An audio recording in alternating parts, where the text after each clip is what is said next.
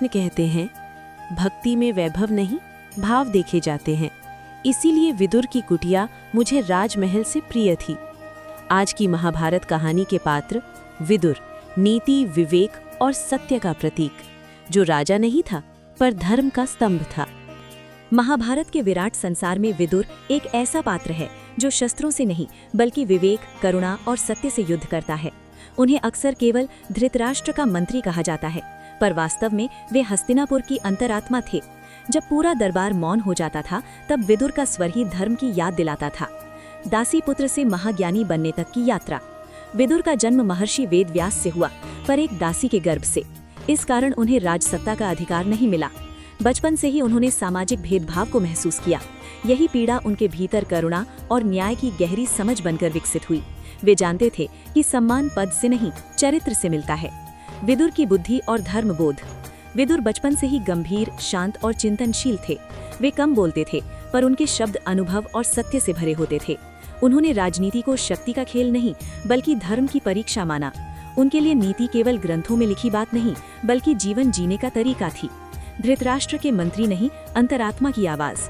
धृतराष्ट्र शारीरिक रूप से अंधे थे, पर विदुर उनके नैतिक नेत्र थे। वे बार बार धृतराष्ट्र को समझाते कि पुत्र मोह राज्य को विनाश की ओर ले जाएगा। धृतराष्ट्र सत्य समझते थे, पर स्वीकार नहीं कर पाते थे। विदुर जानते थे कि सत्य कहना आसान नहीं, फिर भी उन्होंने कभी चुप रहना नहीं चुना। कौरव पांडव संघर्ष में विदुर की भूमिका। विदुर ने प्रारंभ से ही दुर्योधन के भीतर पनपते अहंकार और ईर्ष्या को देख लिया था। वे पांडवों के प्रति झुके हुए थे क्योंकि वे धर्म के मार्ग पर थे। फिर भी विदुर ने कभी पक्षपात नहीं किया।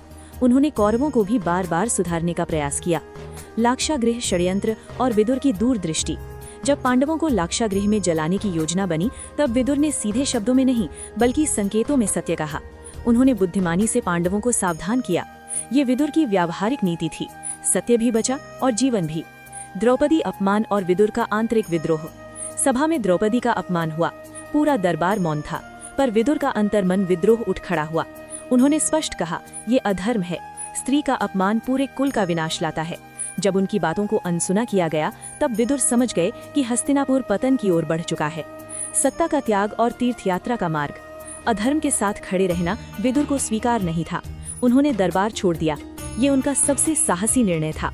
सत्ता, सम्मान और सुविधा सबका त्याग कर वे तीर्थयात्रा पर निकल पड़े। ये पलायन नहीं था, ये आत्मसम्मान की रक्षा थी। विदुर कुटिया और श्री कृष्ण की लीला। वन में विदुर की कुटिया में श्री कृष्ण का आगमन हुआ।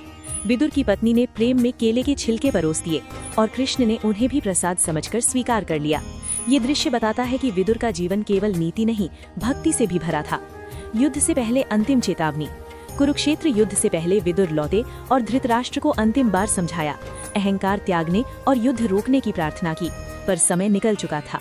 जो विदुर वर्षों से कहते आए थे, वही हुआ। कौरव वंश का विनाश। विरक्ति, तपस्या और आत्मिक शांति। युद्ध के बाद विदुर पूरी तरह विरक्त हो गए।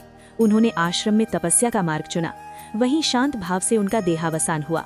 कहा जाता है कि युधिष्ठिर के दर्शन से उनका ज्ञान उनमें समाहित हो गया। विदुर से मिलने वाला शाश्वत जीवन संदेश। विदुर हमें सिखाते हैं कि महानता सत्ता में नहीं, सत्य में होती है। वे राजा नहीं थे, पर धर्म के सबसे मजबूत स्तंभ थे। जब पूरा संसार गलत दिशा में जाए, तब भी एक विवेकपूर्ण स्वर इतिहास बदल सकता है। अगर आपको हमारी स्टोरी वीडियो अच्छी लगी हो तो हमारे वीडियो को लाइक करें, चैनल को सब्सक्राइब करें और अपने फ्रेंड्स के साथ भी शेयर कीजिए। और कमेंट में बताइए कि कैसी लगी आपको ये स्टोरी। धन्यवाद।